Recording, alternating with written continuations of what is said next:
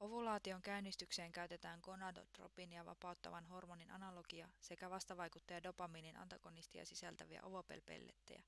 Annostelu on noin 1 pelletti jokaista kalan elopainokiloa kohti. Pelletit liuotetaan fysiologiseen suolaliuokseen. Hormoni pistetään naaraan selkälihakseen. Sen seurauksena aivolisäkkeestä vapautuu gonadotropinia, joka lisää estrogeenin vapautumista ovariosta ja varmistaa näin mädin kypsymisen. Dopamiinin antagonisti vaimentaa negatiivisen palautteen sukupuolenrauhasista ja varmistaa ovulaation onnistumisen.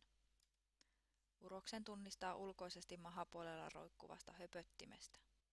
Maitipussit otetaan talteen uroksen ruumiinontelosta. Talteenotossa on varottava maidin joutumista kosketuksiin veden kanssa. Pussit leikataan auki ja maiti otetaan talteen sopivaan astiaan. Siittiöiden kelvollisuus tarkistetaan mikroskoopilla. Maitiin lisätään tippa vettä, jolloin siittiöt aktivoituvat noin minuutin ajaksi.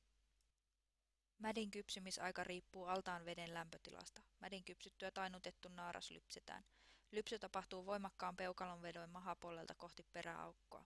Jättikonnamonin mäti on takertuvaa ja väriltään tummanvihreää. Myöskään mäti ei saa joutua kosketuksiin veden kanssa. Hedelmöityksessä lypsettyyn mätiin lisätään pieni määrä maitia ja puhdasta vettä. Tämän jälkeen maidin tasainen leviäminen varmistetaan sekoittamalla noin minuutin ajan. Hedelmöitetty mäti kaadetaan vesialtaaseen asetetulle verkkolevylle hautumaan. Vesialtaassa tulee olla ilmastus riittävän happipitoisuuden varmistamiseksi. Ohjeellinen veden lämpötila on